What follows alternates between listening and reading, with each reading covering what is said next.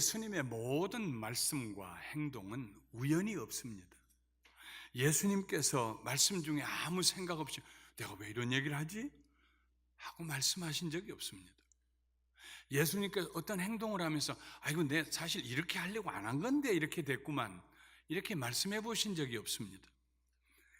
예수님의 모든 말씀과 행동에는 목적이 있었습니다. 예수님께서 유대 지역에서 북쪽에 있는 갈릴리 지역을 향해서 내려가셨습니다. 그런데 이번에는 항상 다니시던 요단강 곁의 길로 가지 아니하시고 사마리아를 통과하기로 작정하셨습니다. 원문을 직역하면 그리고 그에게 사마리아를 통과할 필요가 있었다, 이런 말씀입니다. 사마리아로 지나가셔야 하시겠는지라, 그 말씀이 거기로 지나가셔야 할 필요가 있어서 지나가셨다는 말씀입니다. 우연히 사마리아로 지나가신 거 아닙니다. 이 말씀에는 두 가지 의미가 있습니다. 하나는 유대인들의 관습입니다. 예루살렘과 갈릴리 사이에 사마리아가 있었어요. 지금 거의 웨스트뱅크가 자리 잡고 있는 지역입니다. 사마리아는 옛날 북왕국 이스라엘의 수도였습니다.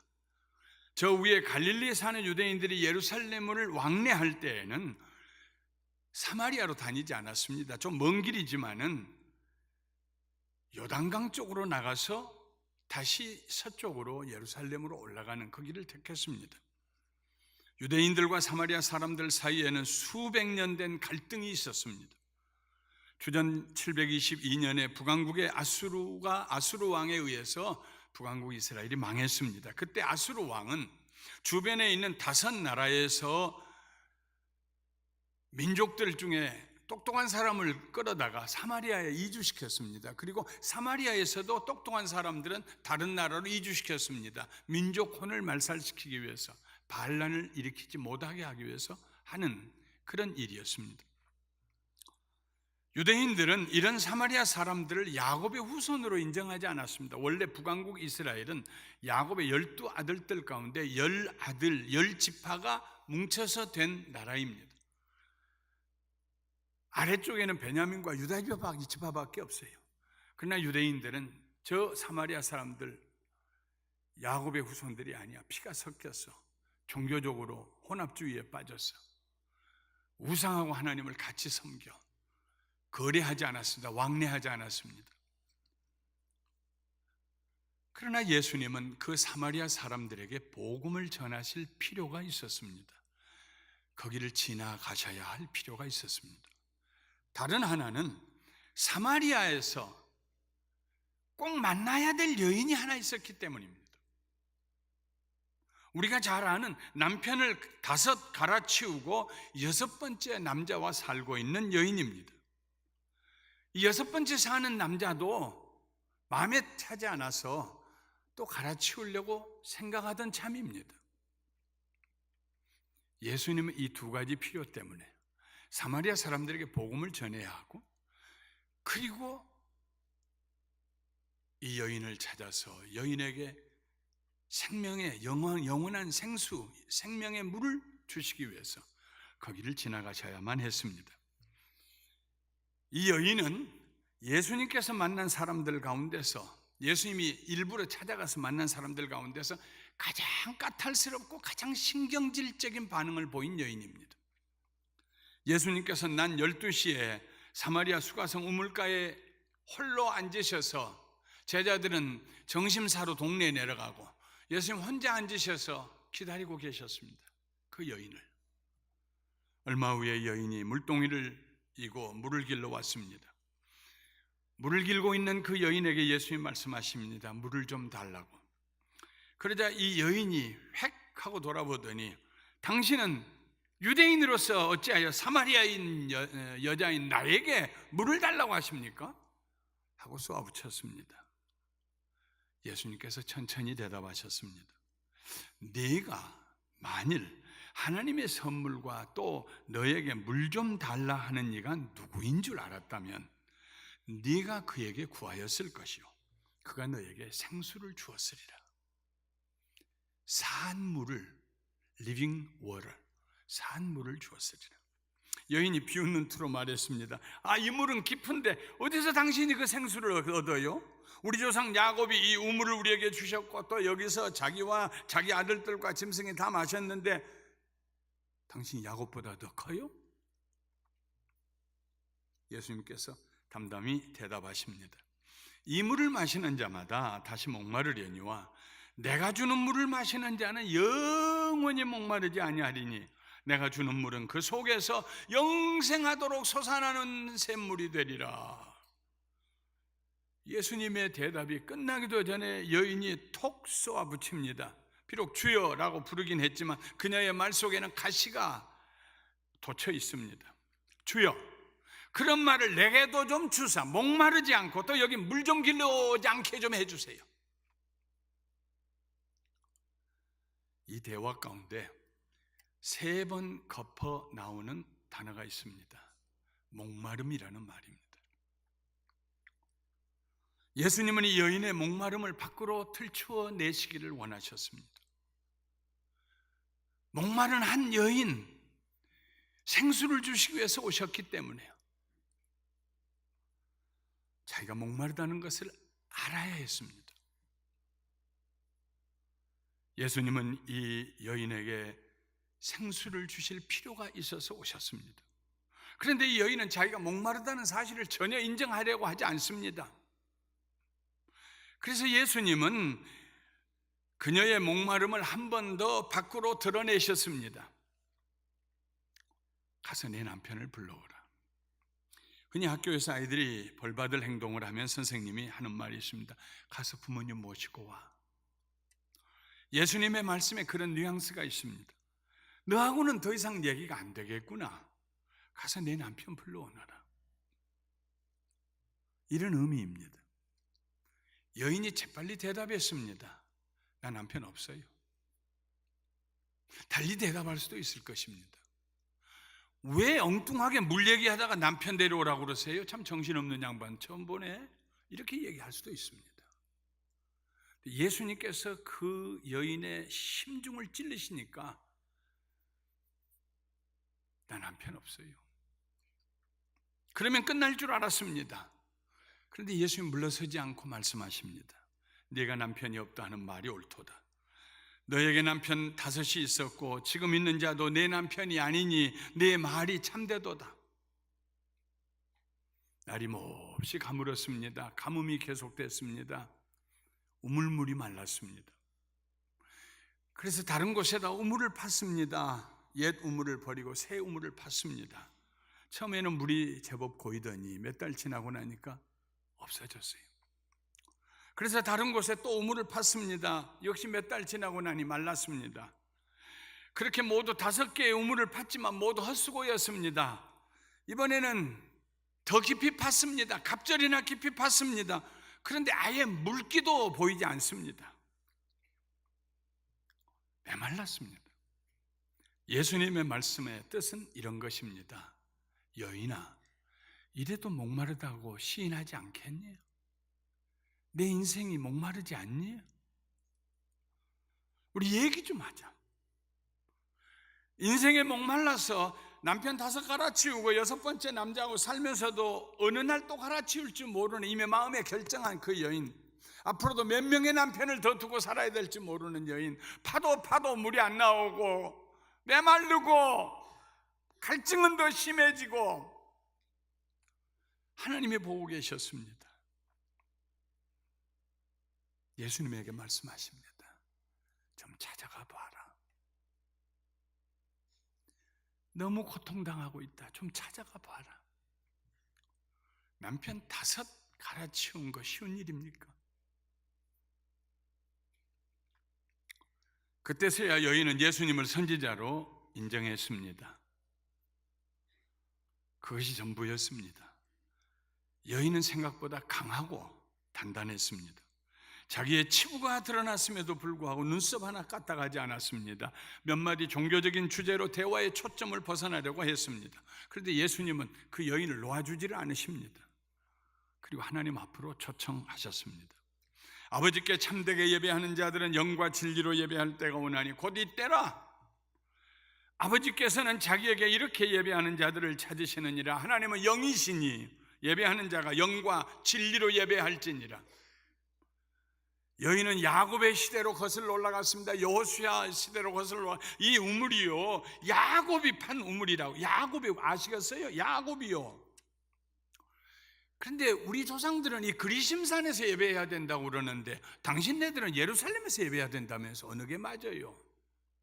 저 옛날로 거슬러 올라가 상고 쪽으로 올라가서 야곱의 얘기를 하고 여호수아의 얘기를 했습니다. 예수님께서는 아니야, 지금 여기 얘기 좀 하자. 네 얘기 좀 하자. 네가 당하고 있는 고통 얘기 좀 하자. 너의 목마름 얘기 좀 하자. 마음 열지 않겠니? 신령과 진정으로 하나님께 나가지 않겠니? 예수님께서 이 여인을 예배에 초청하셨습니다. 예수님께서 초청장을, 하나님 앞에 신령과 진정으로 예배드릴 수 있는 초청장을 그 여인의 손에 들려주었습니다. 그런데 그 여인은 그 초청장 쳐다보지도 않고 말합니다. 메시아 곧 그리스도라는 이가 오실 줄 아노니 그가 오시면 모든 것을 우리에게 알려주시겠죠. 만일 그가 오시면, 많은 사람들이 언제나 삶의 진지한 문제를 생각하기 전에 if, 만일 하고 간접으로, 직접이 아니라 간접형으로 돌아섭니다. 만일 그분이 오시면 잘 되겠죠. 그 다음 순간 이 여인은 자기의 귀를 의심할 만한 말을 듣습니다. 지금 너에게 말하고 있는 내가 바로 메시아 그리스도다. 그 순간 어떤 초자연적인 사건이 일어났습니다. 지진이 일어난 거 아닙니다. 벼락이 떨어진 것도 아닙니다. 산에서 바위가 굴러내려온 것도 아닙니다. 갑자기 야곱의 우물이 솟아올라서 밖으로 흘러나온 것도 아닙니다. 그건 다 자연적인 현상입니다. 초자연적인 현상이, 초자연적인 사건이 이 여인의 가슴 속에, 영혼 속에서 일어났습니다. 이제까지 드르륵 드르륵 헛돌던 톱니바퀴가 갑자기 맞물려서 돌아가기 시작했습니다. 무겁게 짓누르고 있던 먹장구름이 갑자기 뒤로 물러가기 시작했습니다. 세상 돌아가는 모든 시끄러운 소음이 갑자기 끊어지고 조용해졌습니다. 그리고 실상이 보이기 시작했습니다. 자기가 얼마나 목마른지 깨달아졌습니다. 왜 내가 남편을 그렇게 많이 가르치웠는가? 자기 속의 목마름 때문이라는 걸 알게 되었습니다. 자기가 얼마나 추한 죄인이며 얼마나 고집세며 교만하며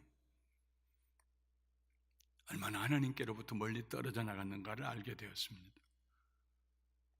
그 순간 여인은 물동이를 놓고 동네로 뛰어들어갑니다. 그리고 외칩니다. 여보세요, 여보세요, 이리 와봐요. 전부 좀 나 좀 봐. 내가 행한 일을 내게 말한 사람을 와서 보세요. 그리스도 아닙니까?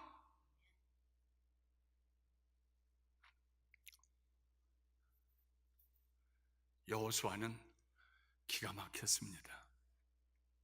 아이성을 치러 올라갔던 3,000명의 군사들 중에 36명이 죽고 나머지는 겨우 도망쳐 왔다는 말을 듣는 순간 여호수아는 자기 옷을 찢었습니다. 그리고 흙먼지를 자기 머리에 뒤집어 쓰고 여호와의 언약궤 앞에 해가 질 때까지 엎드려 있었습니다. 백성들의 마음은 두려움에 녹아내려서 물처럼 흘렀습니다. 엊그제는 이스라엘 백성들의 함성에 여리고가 무너졌는데 오늘은 그 여리고의 몇 분지 몇십 분의 1도 안 되는 조그만 성 아이성 사람들의 함성 소리에 이스라엘 백성들이 무너졌습니다.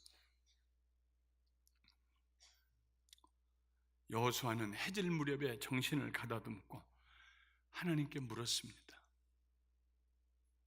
여호수아가 하나님께 물었던 말씀을 우리 함께 읽어보도록 하겠습니다. 여호수아서 7장 7절부터 9절에 있는 말씀입니다. 이르되 슬프도소이다. 주 여호와여,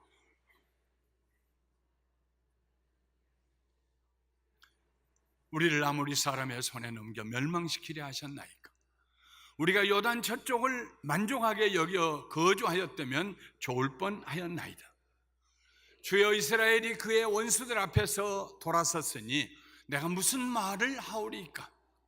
가난한 사람과 이 땅의 모든 사람들이 듣고 우리를 둘러싸고 우리 이름을 세상에서 끊으리니 주의 크신 이름을 위하여 어떻게 하시려 나이까? 여호수아는 그때까지 무슨 일이 일어났는지 전혀 모르고 있었습니다. 36명 전사하고 쫓겨왔다는 얘기만 들었죠. 차라리 요단강을 건너오지 말고 좀 비좁더라도 모세가 르우벤 지파와 갓 지파와 므낫세 반 지파에게 주었던 요단강 저 동편의 땅에 그냥 머무를 걸, 길갈로 넘어오지 말 걸.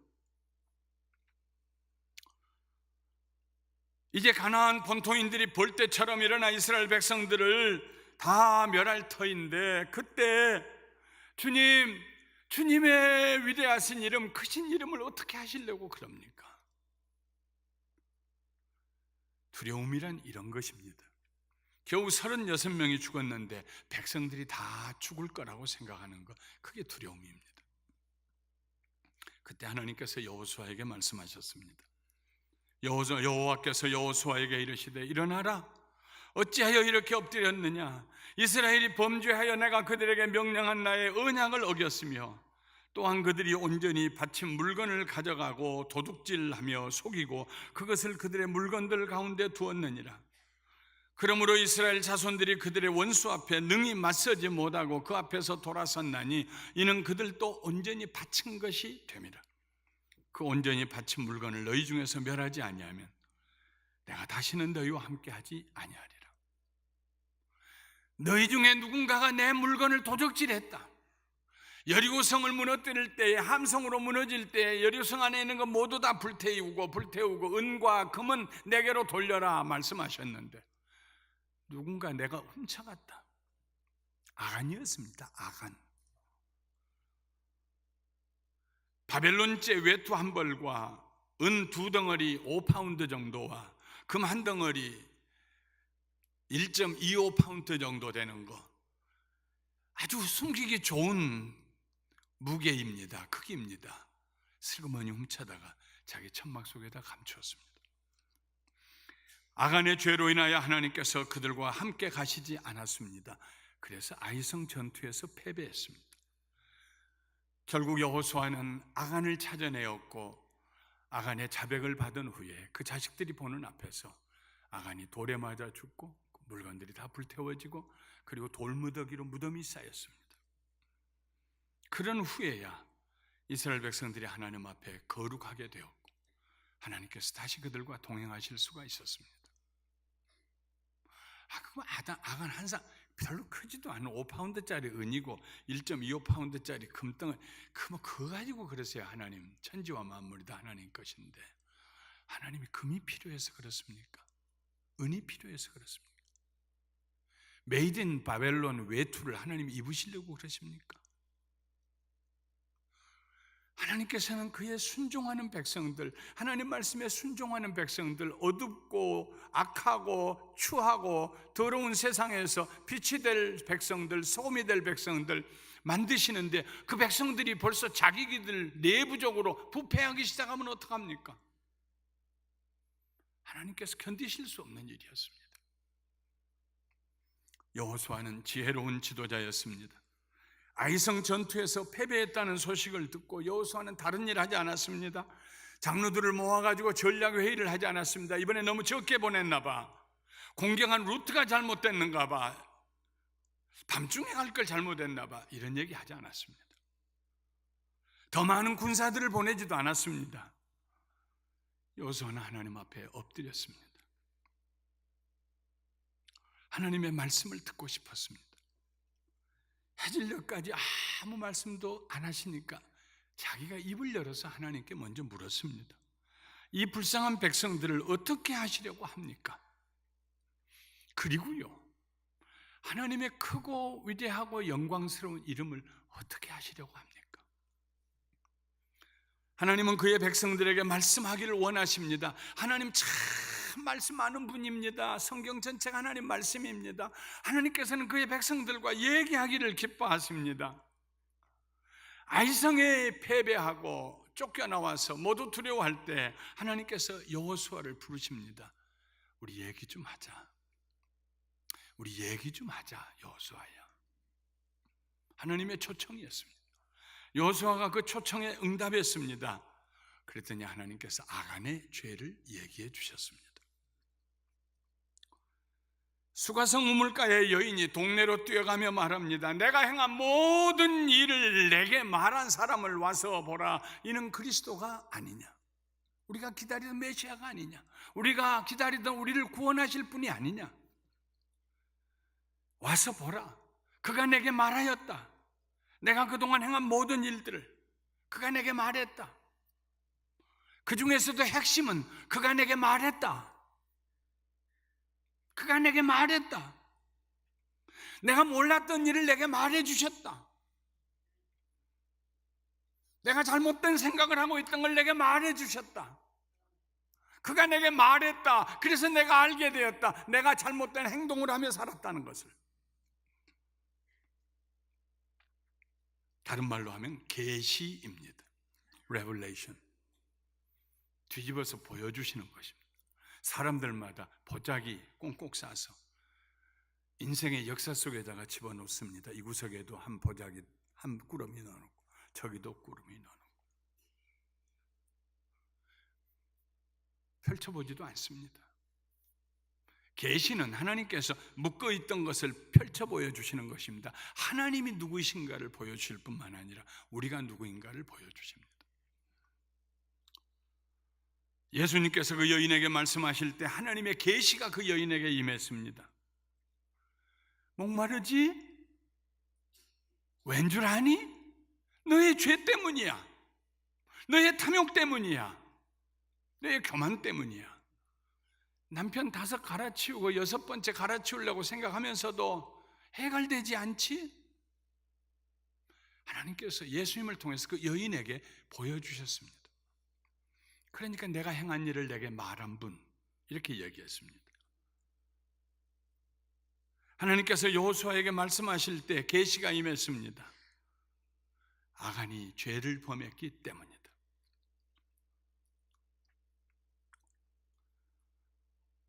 그가 내게 말하였다 해서 그는 이 세상의 어떤 사람이 아닙니다. 이 세상의 지혜로운 현자도 아닙니다. 정치가도 아닙니다. 스승도 아닙니다. 친구도 아닙니다. 부모도 아닙니다. 가족 친척도 아닙니다. 배우자도 아닙니다. 배우자 중에 누가 아내가 남편한테 얘기해서 남편이 그렇구만, 어렵습니다. 자기가 뭘 안다고 그래 가만히 있지. 아내는 아내대로 내가 당신보다 주먹은 약할지 모르지만 말은 세다. 내 말 들어. 그러나 부부 중에 누구도 안 듣습니다. 아무도 우리에게 얘기해 줄 수 없습니다. 누가 우리에게 우리의 모습을 얘기해 줄 수 있습니까? 오직 하나님만 우리에게 말씀하실 수 있습니다. 하나님의 말씀과 성령의 감동하심으로 우리에게 말씀하십니다. 그가 내게 말하였다. 그 순간에 창조적인 역사가 일어납니다. 우리들의 고집과 교만과 디펜스 메커니즘, 방어 기제가 무너지기 시작합니다. 그리고 벌거벗은 채로 하나님 앞에 서게 됩니다. 그가 내게 말씀하셨다. 내가 잘못 살아온 것을. 하나님께서 우리에게 말씀하실 때에 그 말씀이 우리를 객관화시켜 줍니다. 우리로 하여금 우리의 내면 세계를 보게 해 주십니다. 그때 비로소 회개가 시작됩니다. 회개는 어떤 특정한 사건을 두고 하나님 맞습니다. 제가 틀렸습니다. 그게 회개입니다. 하나님 맞습니다. 제가 틀렸습니다. 하나님 맞아요. 눈에서 눈물이 흘러요. 가슴이 뜨거워져요. 하나님 맞습니다. 제가 틀렸습니다. 하나님이 우리에게 말씀하실 때, 계시에서 보여주실 때, 이 여인에게 그 일이 일어났습니다. 여호수아에게 그 일이 일어났습니다. 여인에게 그 일이 일어났더라면 그 여인은 계속해서 우물 파고 있었을 것입니다. 여호수아에게 그 일이 일어나지 않았더라면 여호수아는 알지도 못하고 가서 백전백패하고 이스라엘 백성들은 좌절하게 되고 부끄럽게 되었을 것입니다. 왜냐하면 하나님 같이 안 가시니까요. 잠깐 기다려라. 나하고 얘기 좀 하자. 나 너한테 얘기할 일이 있다. 그 여인에게 예수님이 필요했습니다. 그래서 하나님이 예수님을 거기 보내셨습니다. 여호수아에게 하나님의 계시의 말씀이 필요했습니다. 그래서 언약궤 앞에서 해질 때까지 감사하지요. 하나님의 언약의 말씀, 십계명 돌판을 담아놓은 언약궤 앞에서 여호수아가 머리를 숙이고 기다렸습니다.